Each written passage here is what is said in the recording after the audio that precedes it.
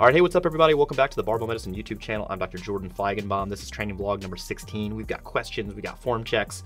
We're going to get into it right now, and stay tuned to the end of the video to figure out how to submit your own form check or question, and we'll answer it potentially on the next training video. So this first question is from Sam Chamberlain. He says, hey, Jordan, around the 30-minute mark of the Santa Cruz Q&A video, which I'll link below, I said that at the end of linear progression, when everything feels hard and the intensity is high and you're not making progress, that you'll be undertrained and not overtrained. Why is this so? All right, so think about it like this. Linear progression is a training program that has you do the same exercises, for the most part, over and over and over again, for the same amount of volume, over and over and over again, each time you train, without an increase in relative intensity. And what I mean by that is, every time that you're doing 3 sets of 5, for instance, on the squat, that is a sub-maximal set of 5. And most of the intensity in there, the intensity range rather, is going to be 80 to 85%, usually for heavy sets of 5. And the idea is that each training session produces an improvement in fitness adaptations that results in an improvement in performance, which is demonstrated on the next workout. And so by improving the fitness and demonstrating the performance improvement on the next training session, that also serves as the next training stress. The idea then is your 1 rep max is increasing from workout to workout, and therefore the average intensity of each workout is staying about the same. Now, at some point, the training that you're doing, the summation of all of the training stress that you've had throughout the novice linear progression, will no longer increase the 1 rep max from session to session. And what happens then is those sets of 5 start going from, instead of being 80 or 81% to like 84, 85%, which are near 5 RM levels. And now you can't do a 5 RM anything higher than like 86, 87%. And if it's a 5 RM, you can't do 3 sets of 5. But the point is, the thing gets really, really hard, even though it's not demonstrably improving your 1 rep max, or even your fitness adaptations within the time period specified. So at that point, you're wondering, well, is it too much stress? Am I not able to recover session to session, or is it not enough stress? And so we kind of have to go down the rabbit hole a little bit to tease that out. So there are a couple things that would point out that this is probably not enough stress. So one is the repeated bout effect. Basically, you're doing the same movements, the same volume, the same average intensity over and over and over again. And the first time you saw that, that's a novel stimulus, a novel stress, and can make you, sore, can really call your recovery processes, your recovery sort of machinery, it's a big tax on them. But as you get more and more used to that sort of training stress, it's less and less of a sort of tax that you have to pay. You get better at doing it. So the repeated bout effect is going on and on and on. And at the end of your novice linear progression, you've been tolerating these exposures for quite some time, probably about 3 months. So you've had a significant amount of training sessions that are all the same. So the repeated bout effect suggests that, provided the volume is the same, the exercises are the same, they're not novel, the average intensity is the same, that by the end of the linear progression, that the stress is actually, relatively manageable. So that would suggest, hey, we need to increase the training stress. And then because the stress recovery adaptation cycle doesn't work on a 24-hour, 48-hour, 72-hour, 96-hour clock, like thinking about that SRA cycle in a discrete period of time, that's not only incompatible with science, but it doesn't actually comport with real-world experience either. I mean, this is why you see people improve at very unpredictable rates across all training levels. So you see novices who are certainly able to improve session to session, and you see some that can't do that, and you see advanced lifters who will go for a long period of time without necessarily PRing and then go on a streak. It's look, you have training stress that generates a fatigue, and the fatigue hopefully produces fitness adaptations that allow you to demonstrate the performance improvement. And so sometimes you get that training stress wrong, right? Sometimes it was really hard, and you had to undergo your voluntary hardship I'm gonna get flack about that, but it just came to my mind. And it's gonna be difficult, but it doesn't mean it's useful. Lighting yourself on fire is very stressful, but it's not useful from a training perspective. So just because something generated a lot of stress and a lot of fatigue doesn't mean it's produced a fitness adaptation, right? And so the thing is, oh, I need less. No, you may need different, or you may need more. And so in this case, due to the repeated bout effect, you probably need more. And the fact that all these compounded sort of training factors, training stresses over the past few weeks is still not improving your strength, because you can no longer demonstrate it at a session, at a given session when you fail your linear progression. It suggests that you need not only more training stress, but likely a longer period of time where you're mandating a performance increase.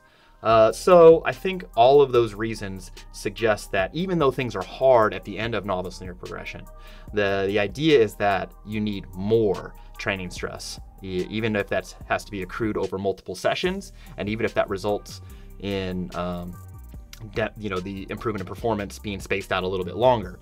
Although sometimes the jumps in performance may be rather large at times, depending on how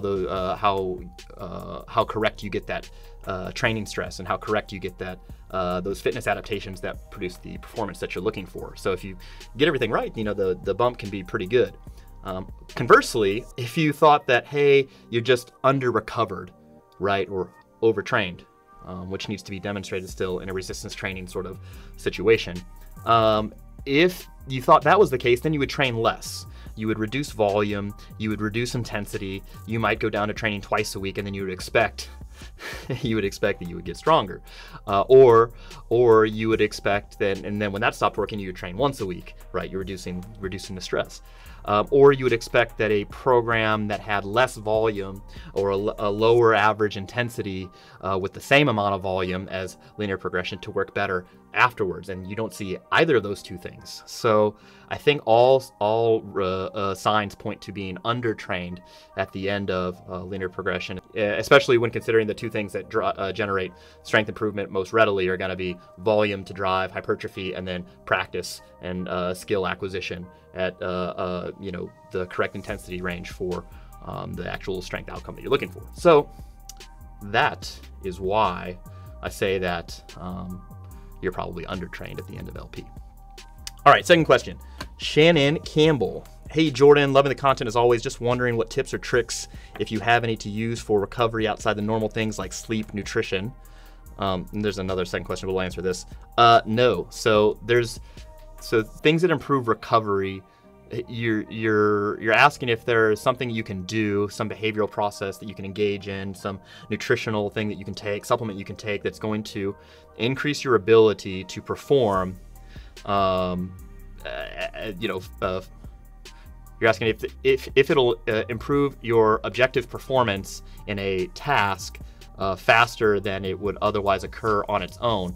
And we don't have any evidence that anything's going to help, like doing an ice bath is not going to help unless you were in a very warm environment and then you had an event very close after that and you needed to lower your core body temperature back down to normal. That would work, but cryotherapy doesn't do anything. If you are dehydrated because you had a long event, then remaining dehydrated or hypovolemic can affect your ability to perform, but again, usually within 24 hours, things have taken care of itself. You're asking if, something like hyperbaric oxygen therapy works. No, it doesn't for performance from strength training and also endurance training, but you do run the risk of blowing yourself up, which is potentially a problem because, it can be flammable. The pneumatic things that squeeze on your legs don't help. Massage doesn't help because it brings more blood to the skin, not to the muscle. The only time that these things work, I'll keep going. Soft tissue therapy, chiropractic care, all these sort of things. None of them have specific mechanisms by which they work. However, if someone has a high belief system that doing these certain things are likely to improve their performance, right? Then doing them will likely help their outcome. That being said, if you start to be reliant on these things instead of self-reliant, having that self-efficacy, then you can ultimately lead yourself to a position where you're super dependent on all these different things, and it becomes very stressful to try to get them all done. You imagine a situation where somebody's like, okay, I have to go see my chiropractor 3 times a week, I have to go get a massage 3 or 4 times a week, I've got to do all this stuff. It's like, oh, this general maintenance, but you don't need any of that, and eventually you can drive yourself crazy trying to do all that stuff. And if you miss those things, then you're like, oh, my performance is going to go way down because I didn't get to all my appointments. So in any event, I think skip it. Supplements are probably worth a % or 2, but sleep, nutrition, as far as eating enough protein and getting the correct amount of calories that you need to achieve your optimal body weight, which is going to be dependent on a bunch of context. It's nuanced. I feel like I'm becoming a meme of myself. And then sleeping is another thing. So you'd be like, oh, how much should I sleep? Like, well, it depends. For overall mortality rate, 7.46 hours, I think, was the average sleep amount or time spent in bed that was associated with the lowest mortality rate. Although acute performance likely improves with increased sleeping. So you increase the amount of sleep people get, or sometimes even if they take naps prior to competition, certainly prior to cognitive challenges, cognitive tests. So it depends, but you're not going to juice any extra recovery out of that stuff, unless there was a problem with it before. Like if you were only sleeping 4 or 5 hours a night, increasing your sleep may acutely improve your performance, but going from 7 hours to 8 hours is unlikely to improve your recovery rate significantly. Really, the best thing you can do to improve your recovery rate is to train more. By training more, you improve your ability to tolerate training. You improve your ability to tolerate stress. And the wider variety of training you expose yourself to, the wider variety of things you become tolerant to. So if you're not doing your GPP, if you have no base of aerobic conditioning, developing these things is going to be super useful. And I would recommend it. So don't skip your GPP, kids.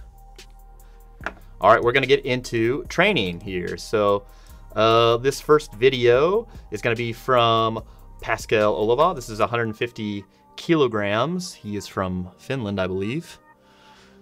All right, let's see. Nice Valsalva. Well, that one was maybe just below parallel. It looks like you're far too vertical. Yeah, you can see the bar path. It kind of tips forward on the way up. So I would probably have him, that one was better on bar path, but you can look at his heels. Heels coming off the ground a little bit too. Yeah, I would bend over more at the hips, just a little more horizontal for a back angle. And that's what I would do.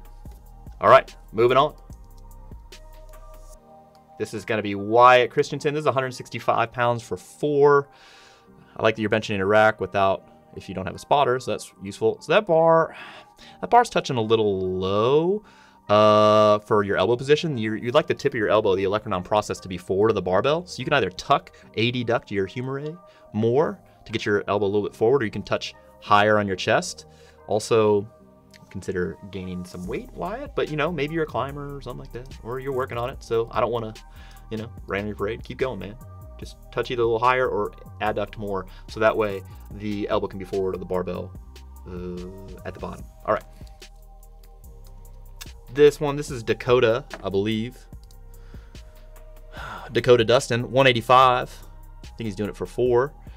Yeah, so that one's not locked out, and it looks like you're crooked. Yeah, you said something about your lumbar arch being excessive, but everybody's got a lordosis in their lumbar spine. That's normal. But your first 2 weren't locked out. That one was locked out. I would cue you to shrug, and I would just make sure that you're holding the bar symmetrically, or maybe you're standing asymmetrically, so that's why it's looking weird. But make sure you are standing symmetrically and you lock out, full lockout top. All right, so this guy actually came to our seminar. This is 425, not from our seminar. That first rep is off your legs. That one's forward, also off your legs. Make sure to keep the bar in contact with your shins. Yeah, it's just very light for you. So what you're doing is you're actually just leaning back and just levering the bar off the ground, which you can do. Yeah, I mean, you're just knocking that bar forward. So hey, stop doing that. Hold the bar in place. Use your strong grip and your strong lats to hold the bar in place so that when you push your shins to the bar, you're not knocking it forward. And your hips should probably be that far, a little bit higher. You can just ride up your legs. Okay, keep the bar in contact with your legs. That'd be a good idea. Don't kick it forward. All right, now that was a poor angle for viewing the deadlift. This is a better angle here. Let's see. This is Maximilian. This is 335. You know, these would look okay, but your low back is not set as well as I'd like you to set it. So I would really focus on getting your low back squeezed or squoze into extension. Yeah, you can see that it's not set and then it re-extends at the top. That's the giveaway. Now, you look at the plates. I'm looking at the collars to see if they roll. Now, the bars over the midfoot is fine. You just gotta set your low back a little bit better. So again, you can look at the collars, see if the bar rolls, and it doesn't. It's just that low back needs to be set a little more flat. All right. Oh, so this is me. Hey, it's me. 675. We're selling those camo hats too. Yeah, it's supposed to be a single at 8. Nice lockout. Kept the bar on my legs. Sweet Jason. Oh no, these are my hang loose socks. Or is it this? I don't know. So this is 5, let's see, 45, 55, 60s, 562, 563, something like that. Yeah, I see the bar still on my legs the whole way. I like my back position. I like my lockout. Looking at my knees at the top, make sure they're extended. Yeah. Hey, man. Good deadlifts. I gotta be my own hype man. Nobody's there. Look, the gym's empty. Nobody's hyping me up. Good deadlifts, buddy. All right, so this is 225 on press. Nice classic press. I didn't lock out the first 2 reps as well as I'd like to. There you go, buddy. So look, hey man, just slow down. Lock it out. Shrug. Wait for the crowd to applaud. Yeah, that bounce thing's weird. I would like to start the bar on my chest. Yeah, I've done it on the first rep a few times, but that thing's weird. So yeah, I would just make sure to get the bar down on my chest. I like it there anyway, better. And I would make sure to lock the bar out and shrug. What is this? This is 335 plus whatever those little things weigh. So the thing is, those guys want to swing a lot, that makes it fun. I don't already like when my right elbow is too high. I'm gonna guess I'll move my head around. Yeah, that one was okay. Look at the depth. So I'm looking for depth. That looks fine. I don't have my shoes in the frame, so I'm stupid. And move my head a little bit there, but otherwise this is fine. I just would have yelled at me about my right elbow. Bring your elbow down. There's some head movement. There you go, buddy. Good job. Yeah, these are okay. That's probably worse with the head. Yeah. It's just something I try to keep in mind. Keep your head still. Even when you're struggling, just don't move it because it'll make you do other weird stuff. Yeah. I wish Leah would have yelled at me, hey, pull your right elbow down, you jerk. But, hey, this angle makes me look like I got calves. Look how concerned Leah is. It's fine. I got this. Oh, good time lapse. We're in CrossFit Solus. This is here in Manhattan. It's actually a pretty good space. They got good equipment. I wish they had more bars with center knurling on them instead of the Matt Chan bars, which have a weird knurling spacing and the center knurling is a joke. What do I do? Just high bar beltless stuff.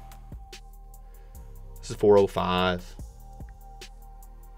It's weird because you have to walk out of the rack and step over the edge of the platform, which you can see in the background. That was a weird design, but you know, I like the way my elbows look here. I like the depth. I'm looking at the Rogue logos to see if I'm getting a significant bar movement. I'm okay with that. RPE 0.